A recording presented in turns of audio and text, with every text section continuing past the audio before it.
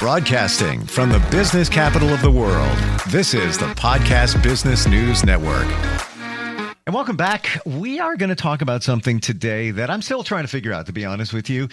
And we've had some great conversations with him about leadership. And that's what he and his company does, fosters leadership, coaching. He's got a great book, Arrive, Drive, and Thrive. Today, how to lead without authority. It almost doesn't make sense, but it does when we break it all down, because it comes down to one thing, and that's influence. How to influence people, but still being a leader. I have ideas. I go to the professional on this. He's the man behind Saterman Connect. Josh Saterman out of New York City is back with us. How are you doing today? Very well, thank you, Steve. Doing great. So influence, that's the topic du jour. So we know the power with social media of the influencer. It doesn't mean they're an authority on something.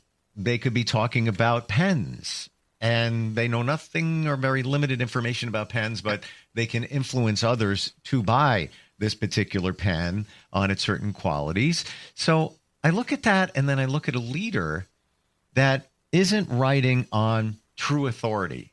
And I put those two words, I put them in the same category, leader, authoritative, authority. How do you lead without authority using influence?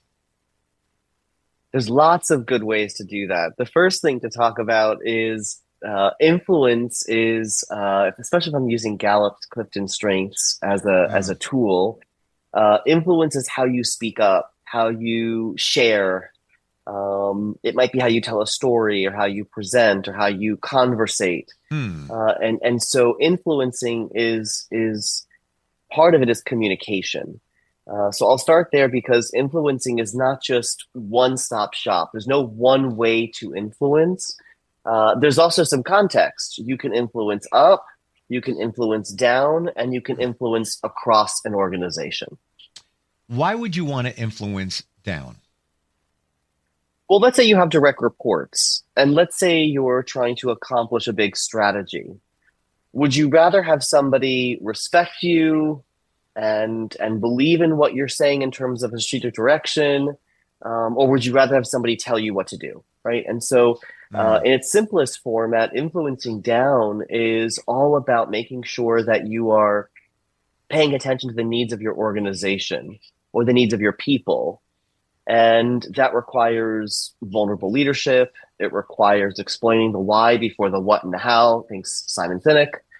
It requires us understanding their communication style, how they like to learn.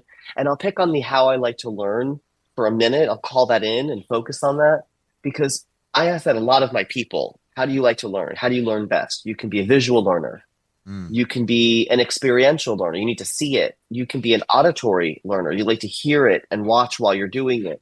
So there's lots of ways to learn. And you as a boss, influencing down is understanding how your direct reports, how your junior colleagues like to learn. We'll start there as a big one.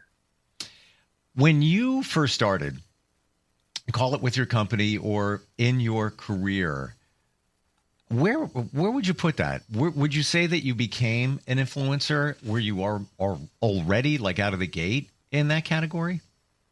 Well, sure. I mean, listen, we have to take one safe assumption for today's call, and that is that our bosses or our leaders or our managers, leadership and management is different. We'll talk about that in a second also. But leadership and management aside, the truth is that your individual boss, let's assume that they are decent.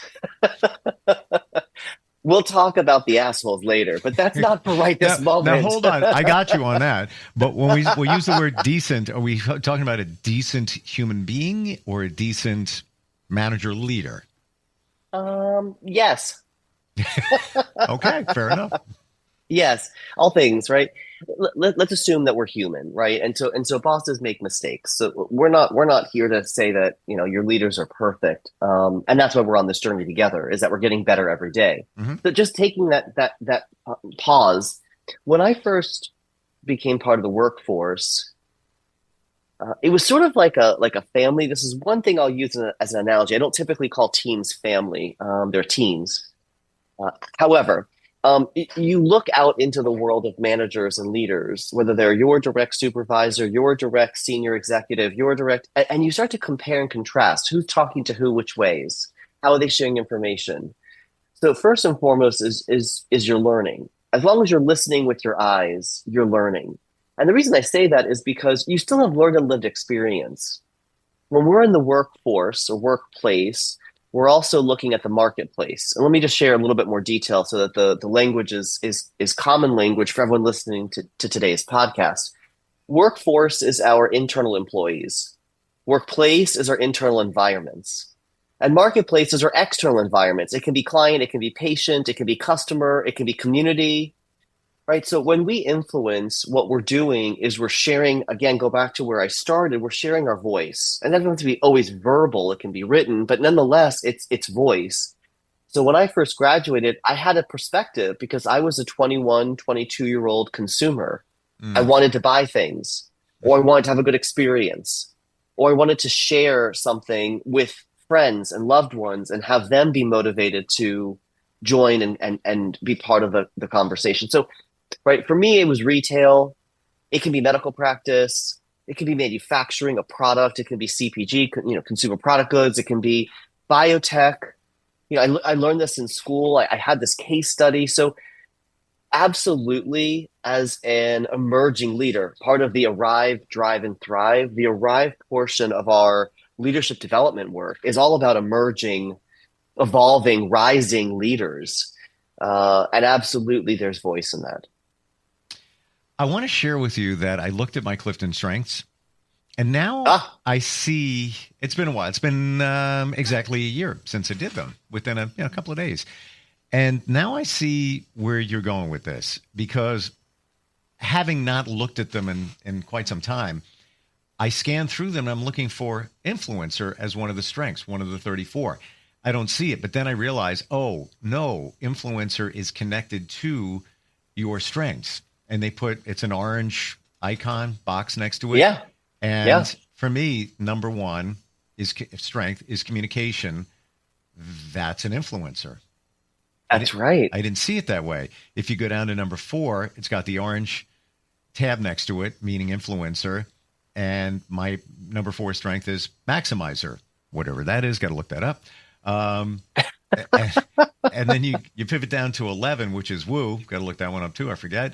But that is also influencer. And there's a bunch of other ones that come under the category of an influencer: positivity, activator, competition, things like that. So that's right. I see it in a different light. I see it in a different light now. Steve, I am super impressed. Nice work. I love that. With your help, I'm trying to figure this all out. Well, here's the Cliff Notes version for the audience, sure. Right? Essentially, there are 4 key domains. Every assessment has their what I would call shtick. But the reality is that these are tools for us. It's not gospel, it's guidance. What I love about Gallup Clifton Strengths is there is a 1 in 33 million chance that your top 5 talent themes will be the same as somebody else's. So essentially, there are 4 domains: relationship building, influencing, executing, and thinking. They call it strategic thinking, but in essence, thinking, how you absorb information, how you build relationships, how you get things done, and how you move the dial, how you speak up, how you influence a room, how you share. Okay. And in this way, what then we look at is the 34 talent themes, net neutral, not good, not bad, not right, not wrong. For those who are able, all people have the same 34 talent themes or muscles. And so think of those 4 domains as muscle groups: arms, legs, abs. Gotcha. Right. And it's this mix of muscles that allows our how we get things done, how we move the dial, how we build relationships, how we think. It allows us to be unique in that way. So I love Gallup Clifton Strengths. It allows the individual to shine through in the context of a team. Where do we have team dynamics? So there is no well-rounded team. What there is culture add, right? What we're looking for with Gallup Clifton Strengths is the mix of it all and how we show up within that mix, so that what we bring as individuals is our key strengths, and we amplify those talent themes to make them into our strengths. So in Gallup-Clifton Strengths language, which I love, a talent theme is a strength when you refine and build it, like going to the gym. And when that best talent theme in your top 10 is being underutilized or not built out, that serves as your weakness. That serves as your anchor because those are your innate abilities. So when you talk about Woo at 11, winning others over, or you talk about maximizer, this concept of excellence, not perfection, but doing the best work you can do. And you know when you haven't delivered your best work. 100%. Or when you talk about communication, right? Speaking thoughts into words with ease, being very comfortable presenting and sharing information and sharing tools. You're an amazing podcaster, Steve Harper. And it makes sense. It makes sense that communication and maximizer would show up for you in that context, right? So while we don't project what we think someone's strengths are on them, what we can do is once we take the assessment is learn how they communicate best or how they get things done or in what ways they process data or how they like to build deep, meaningful relationships. And what this does for us is allows us to go back to what I said, whether it's an emerging leader or a rising leader, whether it's an advancing leader or someone that's been in place for a while, existing management, right, in terms of what that looks like, or senior executives, right? I always say, as high as a person still sits on their ass. So these tools are meant to guide us, whether it's Myers-Briggs or DISC or Hogan or Gallup-Clifton Strengths or Insights. We're certified in about 15 different assessments. They're tools. They're tools to get to know yourself, your organization, and how you work more powerfully within those constructs. In the last 60 seconds, I learned more about the Gallup-Clifton Strengths than I did in the past year of looking into it and DISC assessment. Funny you should say that. The reason I did the Clifton Strengths a year ago, it was a retreat for the Girl Scouts. I'm on the board.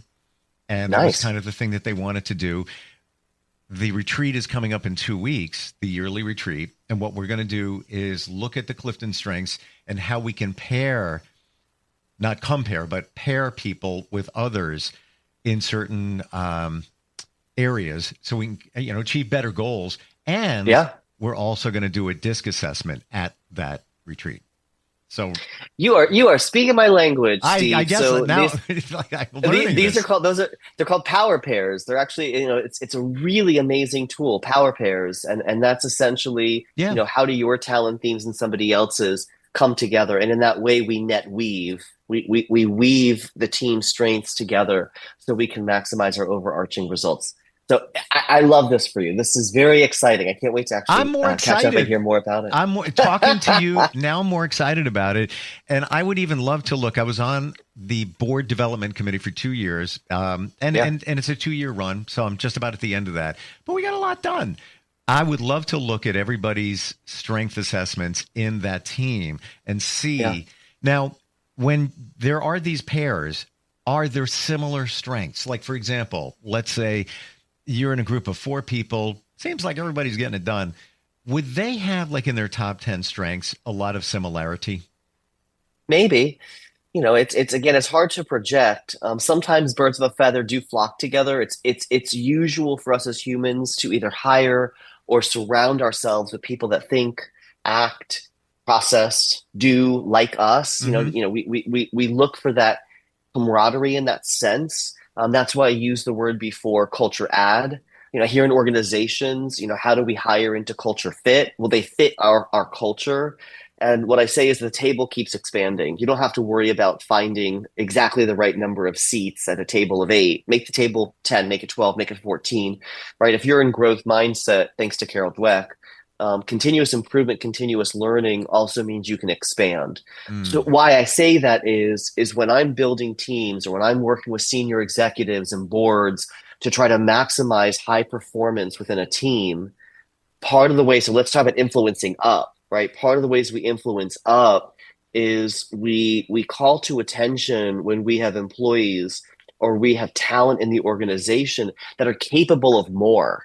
That's what we call special projects. When done right, what that's doing is it's expanding the leadership. It's expanding the experience of our people, wherever they sit within that leadership journey. You can expand an assistant, you can expand a manager, you can expand a director, you can expand a CEO, right? And so if you're any of those CEOs that are sitting out there and you're like, I've never done Series A funding, or it's my first time being a CEO, I haven't had as much board experience as I want, or right, these are ways to what I would call expand. So we talk about culture add. We're talking about doing exactly what you just talked about. How do we maximize our power pairs so we can learn from each other more powerfully and tap into that knowledge so that we can learn and grow? Totally. And you want to be with people that are going to be, I'm careful to say on your level, but have the same mentality when it comes to getting things done, strategies, thinking. Let's go to influencer, or how to lead with influence, because I have a visual of a company and maybe one person, they're not a leader, maybe they don't want to be. They're just doing their thing, but everybody respects them. Everybody loves their energy keyword. Everybody just gets a good vibe from them. Just, they want to follow this person because they're kind of cool. Nobody can figure out why, but they got something going on and they make a suggestion. Most people say, wow, yeah, we didn't think of it that way. Is that essentially an influencer? Well, it's an example of a type of influencing, right? I love that you just went there, because sometimes we think of influencing as the one that's the loudest, or the one that's speaking the most, or the one that says that powerful question at the end of the conversation. And there is leadership in that. There's influencing in that. Leadership and influencing are two different things, though. Yep. Sometimes when I'm in the room, I'm looking and I'm listening for the person that's the quietest. I might even after the meeting say, hey, I noticed that you were quiet. Talk to me about how you learn. Talk to me about how you like to contribute in meetings. Talk to me about what feels good for you or comfortable, because you were really processing. Sometimes I'll say you have thoughtful eyes. It makes people very uncomfortable. Sometimes I like to be careful when I use that. It could be creepy. Like it's a little creepy. It's a little creepy. But if you're listening with your eyes, you're watching. And sometimes you can just see someone is just, they're absorbing through their eyes. I want to know what they're thinking, even if they're not comfortable speaking up in a group setting. I want to work on that. I want to work on the ways to make them feel like they can contribute and add value. And that's influencing, right? And so I don't want it to become a catch-all. That's not the purpose of diving deep into this topic today. It's to give permission that somebody in the room might be saying, well, I'm an introvert, so I'm not sure that I'm going to influence the room. And that's bullshit. Sometimes our influencers are most powerfully are introverts because they're introspective. They're actually maximizing their full brain power versus their vocal cord power. And in that, there's knowledge, there's experience, there's thoughtfulness. So not everybody has to be the same in terms of one influencing model. And there is a magnetic field sometimes that you will feel for someone, that you gravitate towards their communication style or their thinking style, right? And in that way, there is an element of influencing that's happening in that moment. There's the energy. Yeah, there's a vibe. I mean, I like the words you used earlier. I mean, I find different vibes with different people. And if you're listening, you'll feel that difference of vibration. It doesn't make one better or worse. It just makes you more in tune with what's happening around you. And if your energy is too frenetic, if your energy is too staccato, if your energy is not ears open, eyes open, you miss that vibration. Does that make sense? 100%. And I feel in my journey of learning energy and the vibration, what is energy? It's a vibration. You use that word. I feel we only have so much. So when people call upon you, they're taking your energy, you're giving your energy. And to your point, some people just talk a lot and they're putting on a show. That's fine. And that's them. That's the way they're wired. But the introverts may have so much going on there. They're using all their energy to absorb, process. Call them geniuses in some regards, because they're just leaning back. They don't have to ride on the get in your face, make a lot of noise. They could be an influencer, but a quiet one. Just a different, everybody's wired differently. Yeah. I want to sort of On that note, everyone's wired differently. I want to pivot to something. One of the areas I hear the most about within influencing is influencing up. So I want to really focus for a moment on those managers, directors, vice presidents, even SVPs who are reporting into a higher structure. Doesn't matter, manager to director, director to VP, director to senior director, doesn't matter. But let's talk about that for a minute, because one of the most powerful tools I learned in influencing was that people in the corporate space, whether it's nonprofit, doesn't matter, people don't like to be wrong. It's a little silly because we're human, right? So we make mistakes, but there's a difference between making mistakes and being wrong. And so I share this story with you. I was working with a senior executive, very senior executive, who reported into a very senior executive. And they were struggling to make progress on sharing with this person the different ways to look at something, the different lenses or perspectives. And I asked them in our coaching, within their own style, to consider what it would look like to educate them versus change their mind. Educate them versus change their mind. I said, how do they learn best? How do they learn, right? And one of the ways that we can teach our senior executives managing up is by demonstrating something. Most times you get to a certain level of leadership, VP, SVP, CEO, and you've had a tremendous amount of experience, but you haven't had all experiences. And I don't use the word but often, but you haven't had all experiences. And what that requires us to do is listen differently. Sometimes that's hard. So we coach around this idea of demonstration, right? Bringing proactively, hey, Steve, I'd like to share something with you. I'm working on something. I'd like to show you how it looks. I'd like to show you what I'm doing from a behavior standpoint with my team, how I'm leading staff meetings differently, how I'm writing a strategic direction differently, how I'm engaging my team through Gallup-Clifton Strengths differently. And what you're doing is you're helping, you're supporting, you're navigating, you're building those connections for your senior leader. And in that way, those senior leaders that might have a sightless spot within their journey, now you've turned that dimmer switch from dark to bright. You've actually demonstrated for them the how. Most senior leaders are very comfortable in the why and the what. Most senior leaders have had some level of experience with strategic direction. And yet at the same time, they struggle with, I don't know how to do this. And at that level of leadership, we need to teach them differently. We need to educate a little bit differently so that their learnings are not embarrassing. Their learnings are filled with growth mindset and access. I love it. I'm learning so much today. I really, really am. And I'm seeing this in a whole different light, in terms of how to, I didn't even know where we were going to go with this. Honestly, how somebody who can influence can lead and had a loose idea, but now it's crystal clear. My mother always said, communicate with people the way they want to hear the information, not the way you want to tell them the information. So what is it? What is that? I had this conversation with somebody last night, pretty deep one. The 5 love languages. What you're saying is kind of in that territory, because what do? We treat others the way we want to be treated. So 5 love languages, use it as an example. If you are somebody that likes signs of affection and words of affirmation, and you give that to somebody else, but they like acts of service and gifts, it's not going to work. And that's how we do it. We and with good reason, treat others as they, as you want to be treated. But that doesn't really work in those situations where you need to, I guess, be proficient at reading people, what they need, or ask them.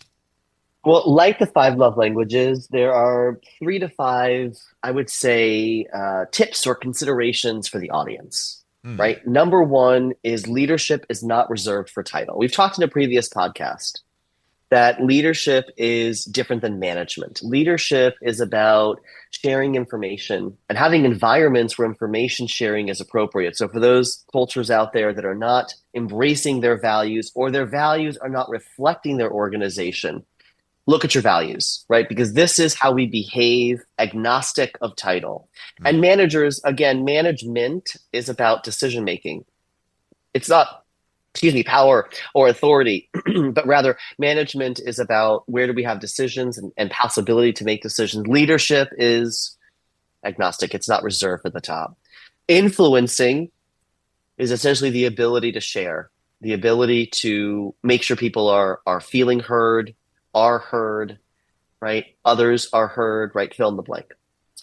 And I share that because that is such a powerful way for us to change our mindset around the way that we show up in the work. And that's why we say the art of managing up, right? The skill set of managing down and across, right? These are absolutely ways that leaders can establish trust, set clear expectations, inspire action, right? They can fill in gaps where gaps are. So think about Gallup Clifton Strengths in our conversation today, right? Where are there gaps on influencing or gaps in relationship building, and how do we fill in those gaps? These are ways that we influence every day. Now I get even a clearer picture of your concept: arrive, drive, and thrive. Which I think maybe next time we should get deeper into, because those words are coming even clearer in terms of moving things forward, leveling up potentially. This is what you do and your team. How do we find you? How do we connect with you, Josh? SatermanConnect.com, SATERMAN Connect.com. Instagram, LinkedIn, follow us, contact us. We love to meet new folks. And so arrive as an emerging or rising leader, drive as an advancing and growing leader, and thrive as a senior leader at an organization. That's our cliffhanger for our next time together. You make all this not just fun, but exciting. Thank you. Thank Seriously. you so much. Like I'm jacked up for that retreat with the DISC assessment, and to take what I've learned today to that team, because I'm going to look at people differently, but in a very positive way in terms of how we can all work together and be more efficient. Thank you very much for today. Really cool. Pleasure to be here. Thank you, Steve. Thank you. We'll catch up next time, and we will be right back.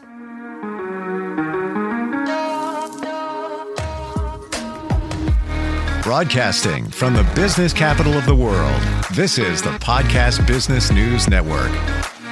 Adopt US Kids presents Multiple Choice Parenting. Your daughter just had her first breakup. Do you A, put yourself in her shoes? How could he do this to you?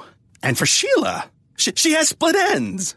B, console her? Oh, sweetie, this is going to happen a lot. 4, maybe 5 more times before you get married. C, take charge? Got to get this all straightened out. Give a little talking to, man to man, mano a mano.